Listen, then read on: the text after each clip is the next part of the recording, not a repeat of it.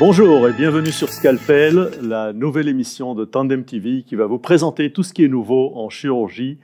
Je suis le docteur Eric Seton et j'ai l'honneur et le plaisir d'accueillir aujourd'hui le docteur Shlomi Cohen qui est avec nous, nous parlera de tout ce qui est nouveau en chirurgie gynécologique. Bonsoir. Bonjour. Bonjour. Bonjour. Bonjour, docteur. Bonjour. Shlomi, vous êtes directeur du centre de traitement des douleurs pelviennes chroniques dans l'unité d'endométriose à l'hôpital Shiba et vous opérez également au centre hercélien médical où vous faites de la chirurgie robotique. Alors, je suis gynéco-obstétricien israélien. J'ai fait mon internat en téléchômeur. J'ai fini l'internat et ça fait déjà 28 ans que je suis spécialiste de gynéco-obstétrique. Et après, j'ai fini mon internat. J'ai été pour 1 an et demi à Clermont-Ferrand où j'apprends les langues français et les chirurgies minimales invasives. Ils sont la première dans le monde qui a fait la chirurgie mini-invasive, c'est-à-dire la première qui a fait la kyste par célioscopie. Par célioscopie? Oui. Ok. Célioscopie, c'est-à-dire c'est en chirurgie sans ouvrir l'abdomen, avec un petit tronc, avec une petite caméra qu'on met, et on regarde l'écran de vidéo avec les instruments qui sont très petits, comme 5 mm, et qui sont très longs, comme 50 cm. Donc, en fait, c'est en France où vous avez appris et acquis en fait, cette capacité de chirurgie minimum invasive. Exactement. Et là, c'est considéré dans cette année, quand j'étais là, c'était l'année 2001-2002, comme la meilleure endroit en France. À Clermont-Ferrand. À Clermont-Ferrand. Il a été la première qui a fait la kyste des ovaires par célioscopie, les grossesses extra-utérines et la hystérectomie par célioscopie. Et là, j'ai été un élève de professeur Arnaud Vattiez. Le professeur Arnaud Vattiez.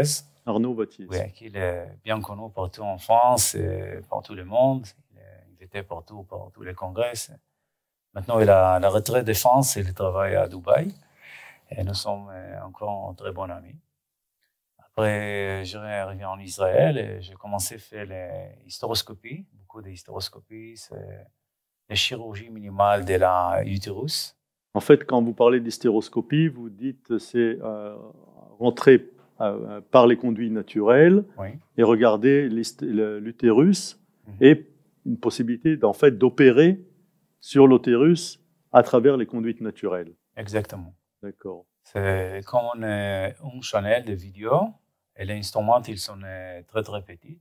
Tous les instruments, c'est quelque chose comme 30 cm longueur et le diamètre, c'est 1 cm, c'est tout. Et comme ça, avec les bougies, j'enlarge le col de l'utérus avec l'anesthésie générale. J'entre l'utérus et j'enlève les fibromes, les polypes, tout ce qu'il faut. Donc tout ça se fait sans opération, sans ouverture de l'abdomen. Exactement. Sans cicatrice. Sans cicatrice, sans des trous dans l'abdomen, rien de tout. C'est en chirurgie de jour. La dame peut sortir après des heures chez elle. C'est-à-dire la patiente rentre le matin, est opérée et ressort le jour même. Le jour même. Après. Est-ce qu'il y a des limites à des tailles de fibromes, par exemple ou de... Par exemple, ça fait beaucoup avec l'expérience de la chirurgienne. Moi, je peux enlever, par exemple, les fibromes qui est large, comme 8 cm, j'ai déjà fait. C'est très grand. Mais il faut être très prudent parce que de temps en temps, il y a un petit morceau de la muscle de l'utérus qui reste et tout c'est la maladie. Donc, il faut être très prudent et avec beaucoup d'expérience parce que si c'est très long, l'opération, il y a un problème avec les liquides que la dame peut absorber, peut avoir une complication de la hypertonicité des fluides dans son vaisseau. Et après, dans l'année 2008, quelque chose comme ça, j'allais en Italie et je prends la C-Entrit.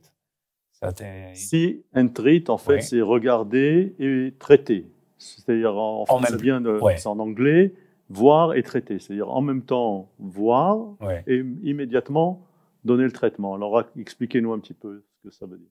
C'est-à-dire que c'est la même hystéroscope, mais cette fois, le diamètre, c'est très petit. Pour le diagnostic, c'est 2 mm et pas 10 comme ça a été en avant. Et pour les chirurgies, c'est 4 mm. La naturelle ouverture de la colle de l'utérus chez la femme, c'est à peu près 3 mm. Donc, on peut entrer l'utérus sans faire la douleur chez les dames, dans le bureau, sans anesthésie générale ou avec une petite énergie locale. Peut-être anesthésie locale. Anesthésie locale. Ouais. Et comme ça, on peut enlever les fibromes, petites, pas trop grandes, pas 8 cm bien sûr, mais petites comme 11 cm. Polypes, jusqu'à la taille de 11 cm et demi, quelque chose comme ça. Morceaux déplaçants qui restent après l'accouchement, l'avortement. Et les dames peuvent rentrer chez eux sur place parce qu'il n'y a pas le temps pour les réanimations contre l'anesthésie pour générale. Récupérer de l'anesthésie. En fait, il y a tout donc un pan de pathologie que vous pouvez traiter à la clinique sans avoir besoin d'un système de l'hôpital ou de rentrer en salle d'opération. Exactement. Exactement. Et ça, ça fait longtemps maintenant, c'est plus que 10 ans, c'est à peu près 15 ans que j'ai fait ça. J'ai beaucoup d'expérience et j'ai publié beaucoup de publications sur ça. J'étais la première qui enlève les stérilets chez les dames qui a tombé enceinte avec les stérilets et qui voudrait récupérer son grossesse. Et j'entre avec l'hystéroscope, j'enlève les stérilets et la grossesse reste sur place. Et j'ai publié en série comme ça, de 8 patients, que j'ai réussi avec tous les 8 pour garder la grossesse. Et aussi, j'ai trouvé un nouvel système de diagnostic au niveau de la structure de l'utérus chez les dames qui sont tombées, qui pas aussi tombées enceintes avec la FIV, par exemple, et qui fait beaucoup de cycles de FIV. Il a pas aussi de fécondation in vitro, oui. C'est-à-dire de fécondation par éprouvette. Oui. Par éprouvette, oui. Oui. Et j'ai fixé la structure anatomique de l'utérus avec une petite aiguille, et comme ça, le volume de l'utérus, il est plus grand, il y a plus de chances pour tomber enceinte. Et dans mes mains, j'ai réussi chez les dames qui ont tombé plus que 10 fois avec les cycles de FIV. Et je fais cette chirurgie dans les 40% chez les femmes qui j'ai opéré. Il a tombé enceinte dans la suivi cycle de FIV. Après, plus que 10 dans quelle pathologie c'est? Dans quel cas ça se... C'est un utérus chez les dames qui a été né avec un utérus qui est le plus petite que normal, ou qu'il avait la septum, ou qu'il avait la structure... Qui ont des anomalies de structure de l'utérus, en fait, cette technique leur permet de tomber enceinte, d'être enceinte, en fait, malgré l'anomalie de structure. Exactement. Exactement. Okay. Maintenant, vous êtes encore également un spécialiste de l'endométriose. Oui. Alors, racontez-nous un petit peu qu'est-ce que c'est que cette pathologie, cette maladie. Est-ce que c'est une maladie? Combien de femmes en sont atteintes et comment ça se déclare? Comment ça se diagnostique? Actuellement, cette maladie, c'est un énorme numéro de patients qui souffrent d'endométriose. Un grand nombre de patients? Oui. On pense aujourd'hui qu'il minimum que 10 ou 15% de la population des femmes qui sont dans les années de fertilité, ils souffrent de l'endométriose. Et c'est quoi l'endométriose? Actuellement, on est maladie chronique de la pelvis féminine. Et c'est comme on trouve dans les bassins des femmes des cellules qui sont comme l'endométriome. Ça se déclare par des douleurs d'abord? Ça commence avec les douleurs. Et ça peut commencer dans l'âge de la première cycle et commencer jusqu'à la ménopause. Et de temps en temps, c'est après la ménopause quand même. Et c'est typiquement les douleurs énormes pendant le cycle, pendant l'ovulation, pendant les rapports. Et après quelques années, les traitements, ils sont pas effectifs et les dames souffrent tous les mois et tout le temps de la douleur pelvienne chronique. Et pendant les règles, en fait, pendant la période des règles. Ça commence dans la règle, et après quelques années, après 10 ans, 15 ans, quelque chose comme ça peut être tout le temps, tous les jours, chaque jour. Et alors, au niveau anatomopathologie, on trouve les cellules comme il y a dans la cavité de l'utérus, l'endométrium, et ça existe à l'extérieur de l'utérus, ou dans le muscle qui s'appelle adénomyose, ou dans les ovaires qui s'appelle endométrioma. C'est un kyste qui avait comme des vieilles sangs dans les kystes dans les ovaires. Ça s'appelle les kystes chocolat, c'est comme le liquide de chocolat. Et ça peut être dans beaucoup des endroits dans les bassins. Ça peut être dans les vesies urinaires, ça peut être dans les digestifs, dans le rectum, ça peut être partout actuellement, quand même dans le cerveau. Du tissu de l'utérus qui se disperse un petit peu partout. Ouais. Et comme je le comprends, on ne sait pas pourquoi en fait ça arrive. On ne sait pas, on pense que peut-être ça avait quelque chose au niveau génétique. On ne sait pas exactement c'est quoi la raison, mais c'est très intéressant parce qu'on trouve dans la dernière année qu'il y a plus et plus de jeunes femmes qui souffrent de cette maladie. J'ai commencé avec ça fait déjà 8 ans que je suis avec l'endométriose. Et j'ai été en Autriche avec Kekstein, qui est très connu comme chirurgien et comme un professeur qui publiait la classification de cette maladie. Et puis j'ai été en Suisse avec Marc Possover, qui est français, qui travaille à Zurich. Et c'est lui qui a été la première dans le monde qui a développé un système pour faire le diagnostic de la nerve pelvienne.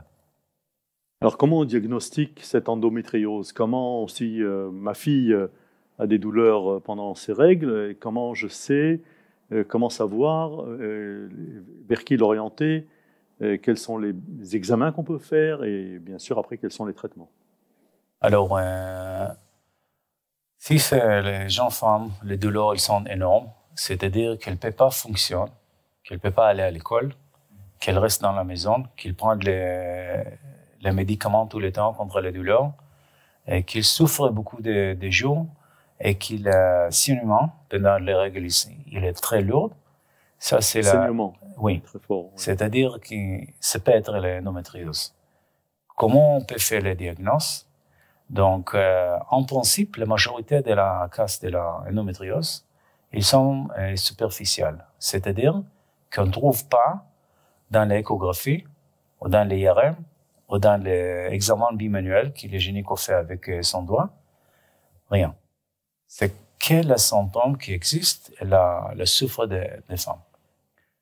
Dans l'autre 20% des femmes, 10% c'est la kyste des ovaires, l'endométrium, qui c'est très facile à trouver avec l'échographie, et les maladies qui est profonde, c'est-à-dire l'endométriose qu'il y a dans les rectums, qu'il y a dans les vesies, etc. Et ça, on peut trouver avec les examens gynéco, l'échographie et l'IRM. Maintenant, il n'existe pas jusqu'à maintenant un examen pour, dans les sangs ou dans l'autre moyen pour vérifier 100% que c'est l'endométriose. C'est pas une autre raison de la douleur chronique. Mais maintenant, dans cette année, il y a 3 nouvelles choses. La première, c'est un examen de la salive, qui c'est un film français qui fait ça en Suisse. Et ça coûte beaucoup d'argent et ça dure à peu près 3 semaines pour récupérer les résultats. C'est très intéressant. Il a fait ça déjà sur 200 femmes. Il a réussi à retrouver la endométriose dans 95% des femmes. Et maintenant, il finit les études sur 1000 femmes. Ça, c'est une chose. Le deuxième, c'est une prise de sang. C'est un truc qui arrive de l'Orient loin, des Coréens. Et peut-être on va commencer ça à Herzliya Medical Center, le premier endroit en Israël, sans prise de sang. Et comme ça, on peut trouver une antitrypsine. C'est un métabolite qui se peut augmenter pendant les attaques de l'endométriose. Et si ça marche bien, on peut recevoir le résultat au même jour-là. Et ça, c'est très important pour pour faire le diagnostic de l'endométriose. Et en principe, le traitement. Alors, si je récupère, je récapitule pour le diagnostic, c'est l'examen gynécologique, oui. c'est l'ultrason, c'est l'IRM, et les deux examens, un par la salive et un autre sanguin, qui permettront de diagnostiquer, ce sont en fait les examens d'avenir, permettront de diagnostiquer l'endométriose. Oui. D'accord, donc on arrive au traitement. Pour l'instant, j'ai ajouté une autre chose. Pour l'instant, il y a aussi la célioscopie, c'est-à-dire c'est laparoscopie en anglais. On fait un petit trou dans le niveau de l'abdomen. Comme ça, avec une petite caméra, on peut regarder les bassins et voir des petites taches d'endométriose qu'on ne peut pas voir dans l'IRM ou l'échographie. Et comme ça, on peut prendre les biopsies. Et comme ça, on peut avoir les résultats, les diagnostics d'endométriose. Okay? Ça, c'est le troisième moyen. Mais ça, c'est très invasif, bien sûr, parce que pour la célioscopie, on va faire sur l'anesthésie générale. Au niveau des traitements, on a 3 grands groupes de traitements. La première, c'est les pilules. C'est la contraceptive, les pilules. La contraception exactement normale. C'est la combinaison de l'estrogène et la progestérone ensemble.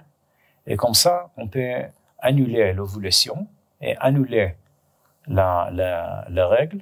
Et comme ça, la femme, elle ne sentit pas les douleurs pelviennes pendant la règle et l'ovulation parce qu'elle ne voule pas. Mais malheureusement, ça c'est bon pour quelques années. En moyenne, c'est 4 ou 5 années. Après, on doit changer ou le type de pilule, la brande de pilule. On peut utiliser que les progestérone qui sont plus typiques pour l'endométriose. Les cellules d'endométriose, ils réagissent très bon avec les progestérone. Ils réagissent en fait à la progestérone. Oui. D'accord. Donc le type de pilule a également son importance. Donc le gynécologue doit savoir adapter le type de pilule à la avec les symptômes de la femme et la pathologie. Et si ça ne marche pas, il y a la troisième moyenne, c'est ou la stériler avec les hormones, qui s'appelle Mirena, ou d'autres noms, et qu'on peut installer dans l'utérus. Et ça sert bon pour le saignement lourd, les douleurs pelviennes pendant les règles, etc. Et aussi, il y a les pilules aujourd'hui qui s'appellent Orelisa. C'est une pilule qui annule toute la formation de l'estrogène et le progestérone endogène chez les femmes. Mais ça, malheureusement, ça peut affecter la femme comme ménopause, avec les bouffées de chaleur, avec les symptômes de ménopause. Donc, c'est un problème, c'est bon pour quelques mois, pas pour tout le temps, bien sûr. La deuxième moyenne, c'est une combinaison ou de médicaments contre les douleurs. Ça peut être la non-stéroïdale comme ibuprofène, aspirine, etc. Ou les cannabis, ça c'est très fort aujourd'hui pour le traitement des douleurs chez l'endométriose. Et si ça ne marche pas, on peut aussi utiliser, ça dépend des symptômes, parce que de temps en temps, il y a les symptômes neurologiques, comme la femme qui ne peut pas marcher, elle doit marcher avec les crutches. Avec les béquilles. Avec les béquilles. À tel point. Oui, à cause des douleurs de l'endométriose qui sont exactement sur la nerve pelvienne. Qui influe, qui appuie sur le nerf pelvien et qui font des douleurs à la marche. Oui. Donc, pour ça, on peut utiliser les médicaments qui sont neurologiques pour les symptômes neurologiques. Et avec ça, on a les médecins complémentaires, c'est-à-dire la physiothérapie des bassins, l'ostéopathie, la massage japonaise de l'abdomen, la acupuncture chinoise, des choses comme ça qui t'aident beaucoup. Et la troisième moyenne, bien sûr, c'est la chirurgie. Et ça arrive effectivement après que tous les autres médicaments, tous les autres moyens de la médecine conventionnelle et la médecine complémentaire ne marchent pas. Et qu'est-ce qu'on fait? C'est le dernier recours, donc, la chirurgie. Ouais. Et qu'est-ce qu'on fait dans la chirurgie? Ce sont des choses simples, c'est-à-dire c'est la maladie superficielle, c'est le petit bouton de la endométriose dans le bassin. On peut enlever avec la cilioscopie, c'est-à-dire avec 3 ou 4 petits trous de 5 mm. On peut gonfler l'abdomen au-dessus de l'anesthésie générale. Ça dure 30 minutes jusqu'à 1 heure. Et comme ça, on peut nettoyer l'endométriose. C'est-à-dire vous recherchez toutes les tâches. Toutes les tâches, je les lève. Et s'il y a l'adhérence, parce que c'est aussi un grand problème de cette maladie, il y a des adhérences des utérus sur le quotidien, sur les ovaires, sur les trompes, sur le digestif, etc. On nettoie toutes les adhérences. On enlève les points de l'endométriose. Et comme ça, la femme va se sentir bien sûr mieux après les chirurgies. Et après, il y a les chirurgies avancées, c'est avec le robot, la Da Vinci. C'est pour les cas qui sont très compliqués, c'est-à-dire l'endométriose profonde, quand on trouve les grands morceaux des taches d'endométriose, qui sont 2 cm, 3 cm, 4 cm, 5 cm d'endométriose. C'est un grand, très faible morceau d'endométriose qu'il y a entre les vessies, ou de temps en temps, ça peut se fait pénétration dans les vessies, ou dans les digestifs, ou dans le rectum. Et avec le robot, c'est moi-même qui se passe sur les chaises, et j'opère avec mes 2 mains et de mes jambes, et je contrôle 4 bras. Un bras, c'est pour la caméra, que je peux voir 3 dimensions. L'autre 2 mains, j'utilise 3 bras qu'il peut bouger dans l'abdomen, et c'est moi qui fais tous. C'est-à-dire qu'en fait, le robot vous permet d'atteindre des endroits qui sont beaucoup plus difficiles à atteindre. Exactement. En chirurgie générale. Exactement. Et surtout, les instruments, ils sont très flexibles. Il avait les angles qu'il peut bouger, qui les mains, mon main ne peut pas faire avec les instruments qui sont comme ça, linéaires. Il faut expliquer aux téléspectateurs qu'en fait, la structure de l'abdomen, la structure du pelvis, il y a beaucoup d'organes, et c'est très difficile en fait de passer les uns derrière les autres.